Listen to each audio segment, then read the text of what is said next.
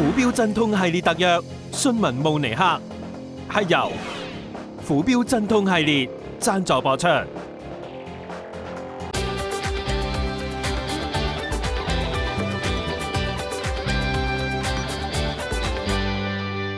哇！咁快嚟到慕尼克之旅嘅中段時間啦，今日穿起咗就係復刻版嘅德國隊戰衣，即係時候同各位朋友仔就懷舊一下啦，喂！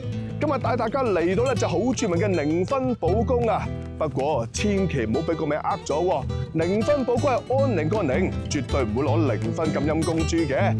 相反，淨係門口呢一個咁靚嘅景啊，已經價值3000分啦！嗱，呢個咁出名嘅宮殿啊，遠在1675年嘅時候已經落成㗎啦，係當時巴伐利亞統治者嘅夏宮嚟嘅。一入到去，見到呢個3層高嘅巴洛克大廳，已經係超震撼。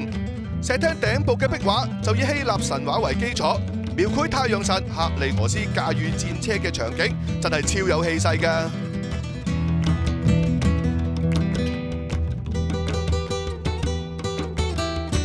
成個寧芬堡宮啊，另一個好重要嘅展覽室就係以下落嚟呢一個嘅美人畫廊啦。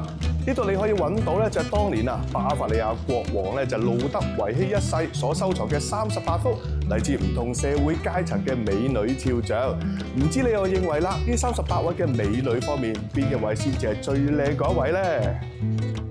除咗美人畫廊之外啊，其他嘅展覽室一樣都係值得大家細味。跟住我就由室內走到去室外，喺寧芬堡宮嘅後花園，我仲揾到好多嘅石像，包括咗菠菜蓮嘅好朋友，手持3叉戟嘅菠菜冬啊！喂，導演，唔掂啊！我嬌嫩嘅小腿咧，好似俾蚊咬啊！有冇萬金油啊？喂 ，OK， 唔該晒。哇，搽翻啲先啊！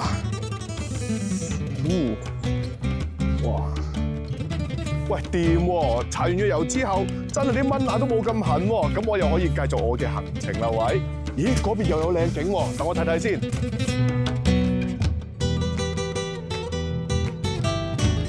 嗱，行咗幾個小時之後啊，終於由寧芬堡宮核心的內圍行翻出嚟核心的外圍啦。小話我真係好中意同班呢隻天鵝仔玩嘅啫。你睇下佢哋對住咧咁正嘅環境啦，一齊生活係幾咁超幾咁寫意嘅事情咧，絕對係我哋咧就忙碌城市人值得學習嘅榜樣嚟㗎。不過咁，依家時間都唔早㗎啦，係時候俾我咧換翻件最新嘅拜仁波衫，同大家就離開古代嘅寧芬堡宮，走翻入去2025年現代嘅德甲世界。嚟翻現代，跟住我哋出發去拜仁青訓學院，裝下一班拜仁青年軍嘅訓練先。咦，咪住先，又話去翻2025年嘅，點解會係1900㗎喂？嗱，呢間咁正嘅拜仁餐廳啊，個名就叫做1900之家。1900咪就係拜仁嘅創會年份咯。入到嚟每一個角落啊，都可以有充滿住拜仁慕尼克嘅色彩㗎。